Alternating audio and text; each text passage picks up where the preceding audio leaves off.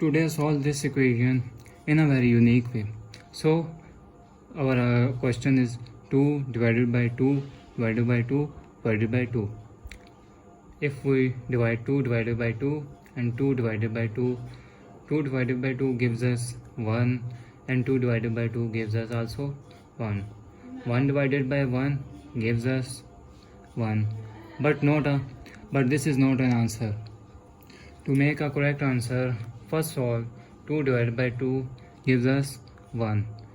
So 1 divided by 2 divided by 2. So not solve that first.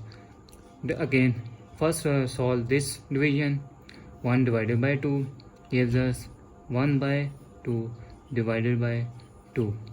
So as we know, KCF, keep changing flips rule. So in this equation, first 1 divided by 2 and division change multiplication, and 1 goes to 1 by 2. 1 goes to 1 by 2 gives us 1 into 1 by 2 multiply 1 by 2 gives us 1 by 4 answer.